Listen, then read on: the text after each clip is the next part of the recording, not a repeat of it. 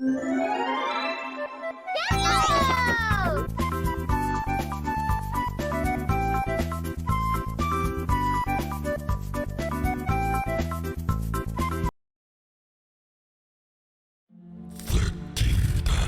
the dreaded king go forth? In the end times, the iron fortress shall be cast down, its walls breached, and its gate forced open. Those that dwell beyond shall spill through it. The air shall burn, and the ground shall melt. The demon shall lie down with the machine. Brother shall slay brother with fire and sword. In the sky room shall pour its malice forth. The eye shall stare unblinking at its prize. Then the dreader king shall cross the bridge of stars. He shall return to finish the warmonger's red work.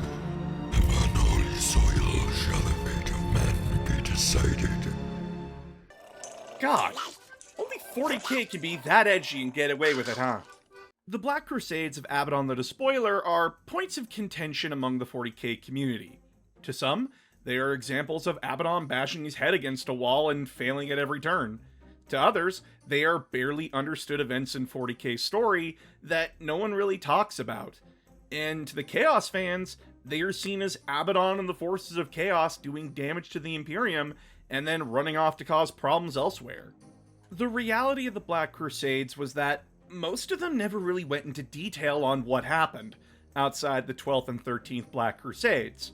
But then the 13th was retconned in 2016-17 to give us the events that led to modern 40k. Over the years, the 13 Black Crusades of Abaddon the Despoiler have had more revealed about them, though some got way more love than others. Okay, but quickly, what is a Black Crusade? Because I know a few of you are hearing the Black Parade song, and we got more than enough goths hanging out in the back there. A Black Crusade is a label that the Imperium assigns when the forces of Chaos are on the march, hence why there are other Black Crusades besides Abaddon's. It's just that Abaddon's Crusades did way more damage than others, hence why his Black Crusades are usually recorded while others aren't. The Wordbearers infamously carry out tons of Black Crusades, but no one really cares about the Chaos version of religious nutjobs banging on your door at 3 in the morning. Now, covering Abaddon's Black Crusades is tricky, as is with most 40k backstories that were only a text blurb long. We know what happened, but not the details. Basically, until the Black Legion supplement came out in 2013, we really didn't know much. But since that supplement, we did get some details on the goals of the Black Crusades led by Abaddon, and books such as The Talon of Horus and Black Legion have expanded on at least the first Black Crusade, while Battlefleet Gothic 1 and 2 expanded the 12th and 13th Black Crusades respectively. So, I'll do my best to cover what we know, but expect me to rapid fire some of these things, because unlike the 40k wiki, I ain't gonna add in fanfiction to make something longer than it is. So, let's talk about the 13 Black Crusades of Abaddon the Despoiler, what happened in them, and see if Abaddon is the big bad GW wants him to be, or if Abaddon the Harmless is what we really should be calling him. The first of the Black Crusades was recorded to be around M31781, shortly after Abaddon returned from exile and renamed the Sons of Horus to the Black Legion. During his downtime, Abaddon had been given a vision by the Chaos Gods. The gods showed Abaddon the world of Ur-Alan, along with a location called the Tower of Silence. Contained inside the tower was a sword called drach'nyen, a weapon that contains a daemon formed from the first dispassionate murder of humanity. Abaddon's first Black Crusade would start here. With the new Black Legion at his back, Abaddon set out for Ur-Alan, but came into competition and conflict with the Death Guard Sorcerer Lord, Thagus Daravek, and the newly formed Black Templars, led by their founder, High Marshal Sigismund. During this conflict, Abaddon was racing against Thagus as the sorcerer was also shown visions of drach'nyen. Abaddon eventually defeated Thagus and killed Sigismund in a brutal one-on-one duel. With these victories, he would reach Uralan and the Tower of Silence. Inside the tower, Abaddon was met with the souls who previously wielded drach'nyen and had to fight his way through them while navigating a maze, until he encountered a golden warrior, who led him to the center of the maze where drach'nyen was waiting. When Abaddon took hold of the shard of shifting darkness, it formed into Abaddon's preferred weapon, and it was here that Abaddon would be dubbed the War Master of Chaos. Though grabbing an edgy sword and beating a rival was hardly anything to the forces of chaos, so Abaddon knew he had to do something else to prove that he was worth following and to burn away the shame of the Sons of Horus. He captured a Black Templar ship, made sure it contained information on the battle between the Black Legion and Templars, and also Sigismund's corpse, and carved the Black Legion's declaration of war stating, "We are returned," into Sigismund's sword, then sent it back to the Imperium. The First Black Crusade ended with a Pyrrhic Imperial victory, but winning wasn't the point of the First Crusade. It was to prove that the Black Legion weren't all talk, and to field test new demon engines that Abaddon had commissioned. The sheer scale of damage the Black Legion caused to the Imperium was something none of the other traitor legions or warbands could ignore. Using this momentum, Abaddon would begin his grand planning of how to burn the Imperium down. However, he was very aware that he lacked the resources and unity that Horus had during the Horus Heresy. As well, the traitor legions had long since broken down, and lacked the same discipline they were famous for. This meant Abaddon would have to be patient and build up slowly, with the Black Crusades being a useful tool to see his ends met. Most of the Black Crusades can be summed up as Abaddon and the Black Legion destroying targets of interest, sabotaging major Imperial sectors, absorbing rival warbands, or fulfilling deals and quests given to him by Demons of the Warp or traitor Primarchs. So let's quickly list off the next 10 Crusades that have less details available before we talk about the last two. The Second Crusade Abaddon launched was a campaign to both destroy the shipyards of Bellis Corona and free several powerful demons that were imprisoned on the planet. He also conducted a ritual that seemingly did nothing. The consequences of it wouldn't be known until the 13th Crusade. Abaddon and his forces were beaten back by Imperial forces after completing these objectives. The Third Crusade started with Abaddon hearing of a prophecy that a saint would rise from the grave and, presumably with massive balls of iron, beat Abaddon.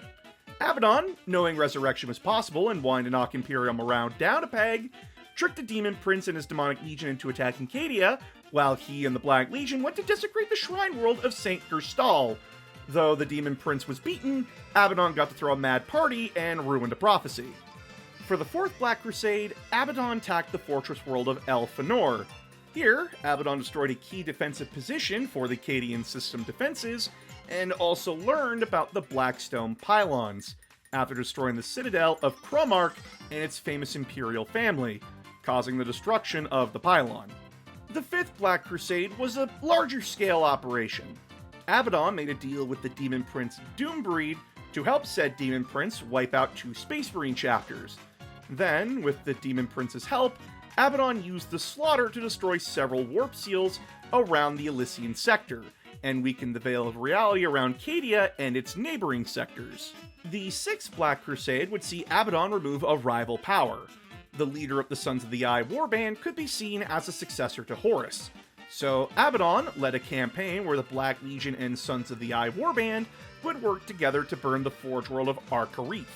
Under the guise of friendship, Abaddon killed his rival and absorbed the Sons of the Eye into the Black Legion. The Seventh Black Crusade saw the Black Legion go toe-to-toe with the Blood Angels. Abaddon wanted to use the Blood Angels' gene seed to create new Marines with Fabius Bile's help. Though the Black Legion would succeed in nearly wiping out the Blood Angels, Abaddon and his forces retreated early with their prizes, though only after staging a scene of several unscathed Blood Angel corpses of those who had impressed the War Master, sitting upon thrones made of the warriors those Blood Angels had killed, as a weird sign of respect. The Eighth Black Crusade was a weird one. Out of nowhere, the Black Legion spilled out of the Eye of Terror in all directions, attacks seeming random and all over the place. The confusion, however, was the goal, as Abaddon's true plan was to gain the favor of Tzeentch. The distractions worked, and Abaddon was able to complete a ritual he had set out to do, destroying 9 black stone pylons on the world of Rith Karn. The 9th Black Crusade was a distraction led by Abaddon and the Black Legion, luring Imperial forces away from the Eye of Terror to allow several Chaos fleets to slip out of the Eye unnoticed. These fleets would not appear again until the 13th Black Crusade.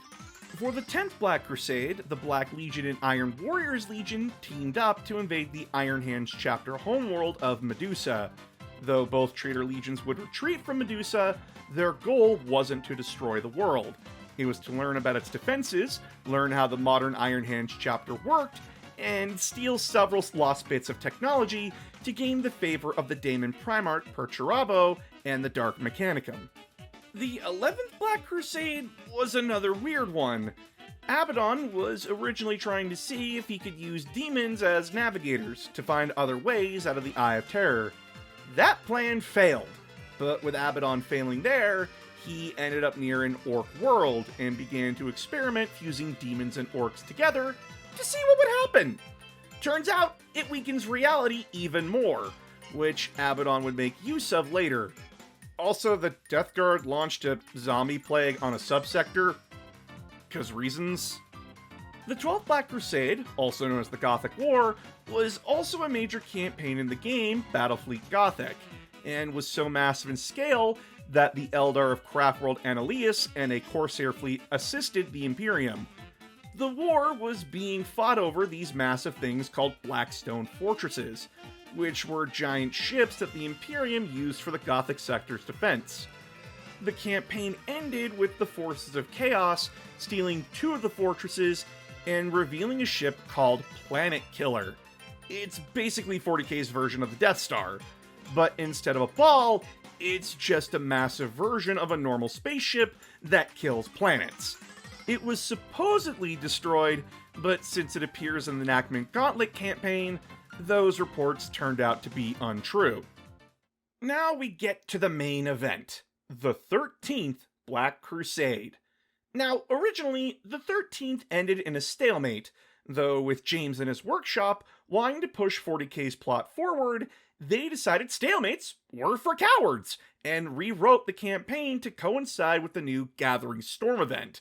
So, let's cover the 13th Black Crusade's events and aftermath.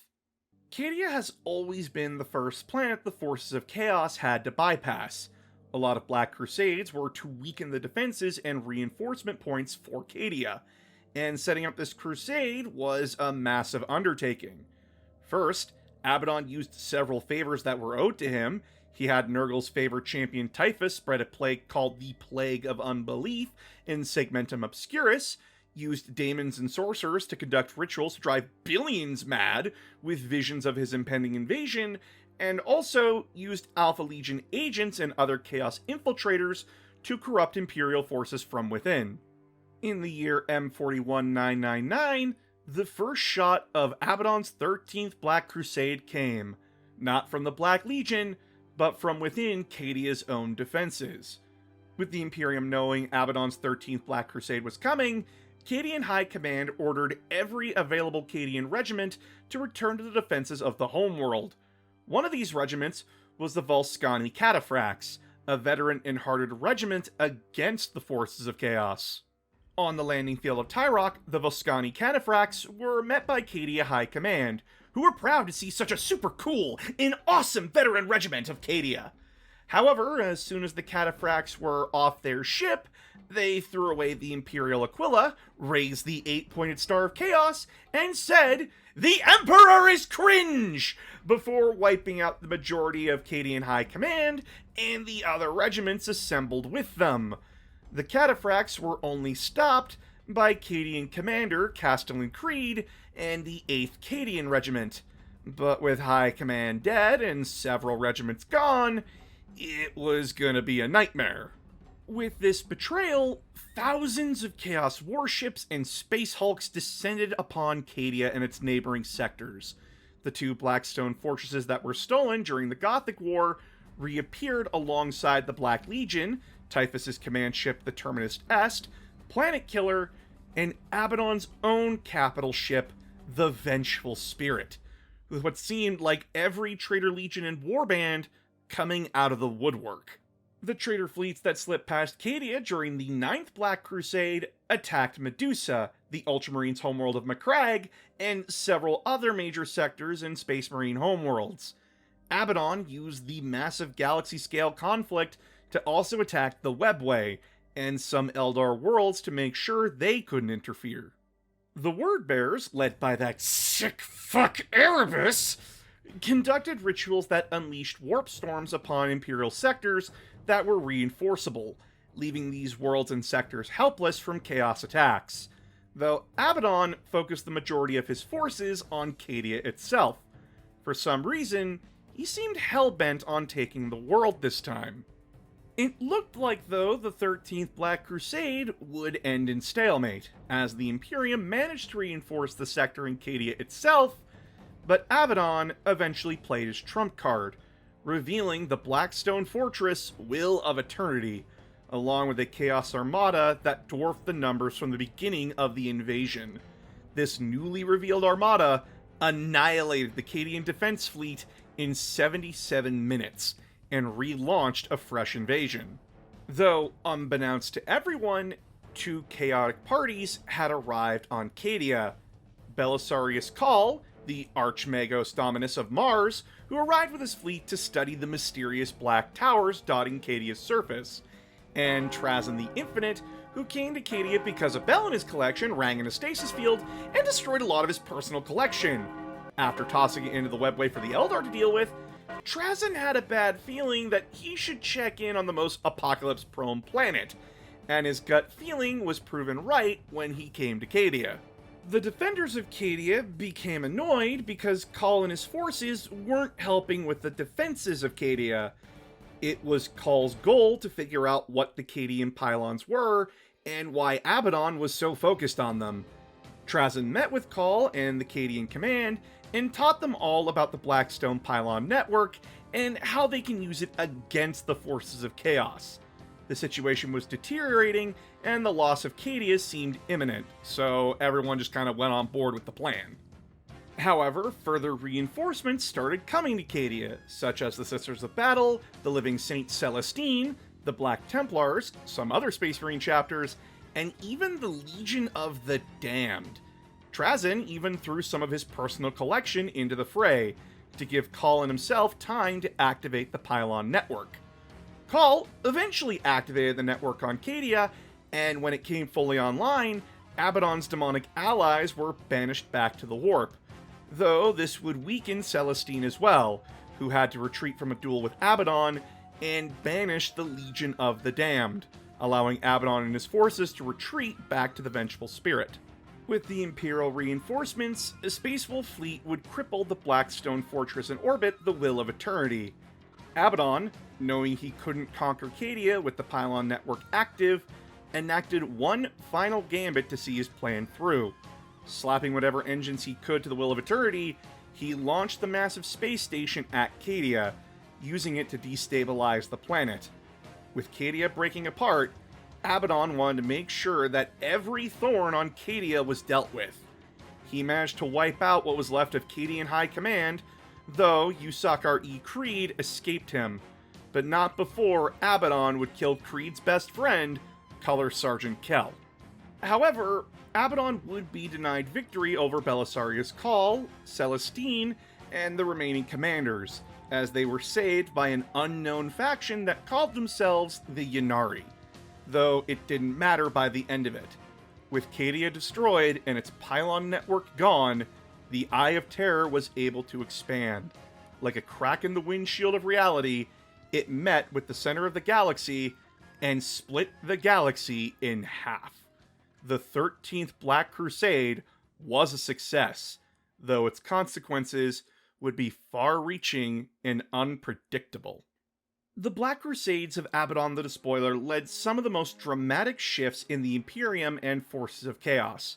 starting with Abaddon revealing that Horus's traitorous sons weren't dead and would see the galaxy burned, leading to where we are now, with the consequences of the galaxy being split in half, and events such as the Terran Crusade, the Second Siege of Terra, the Nakaman Gauntlet, the Plague Wars, the Fourth War of Armageddon, and others being direct consequences of this event. Abaddon's plan was to eventually destroy the Cadian pylon network, after learning what they were during the Fourth Black Crusade. All of this, however, just adds up to Abaddon's far-reaching plans of eventually burning the galaxy to the ground, as I said, was his goal in the previous video. Now, of course, when you read these events from the Imperial side of things, it does look like Abaddon lost each Black Crusade. However, if you read any of the Eldar codexes or the Chaos codexes, you'll be able to put together the larger tapestry, which is why you see Abaddon being a hotly contested character in the 40k community. The end of the 13th Black Crusade would be the launching point for the Gathering Storm event, an event I promised to cover last year, but as you can see, I had to cover the context first, because if I didn't, that video would be an hour or too long, and I respect your time and my fragile sanity too much for that. Though, with this information, I do promise that the November Patreon poll will include Gathering Storm, along with other factions and characters you all might want to hear about. So, if you want to vote on what we talk about next, join the Patreon. You not only get to decide what I cover next, but also get to see exclusive content I make, and see my videos early. Please share this video around, and subscribe if you haven't already, because if we get to 15k subs here on YouTube, I will do a full video review on 40k's infamous first-person shooter, Fire Warrior, and stream it for your entertainment. With the month of Spoop over, we will see what you all vote on. But until then, I'll see you all next time.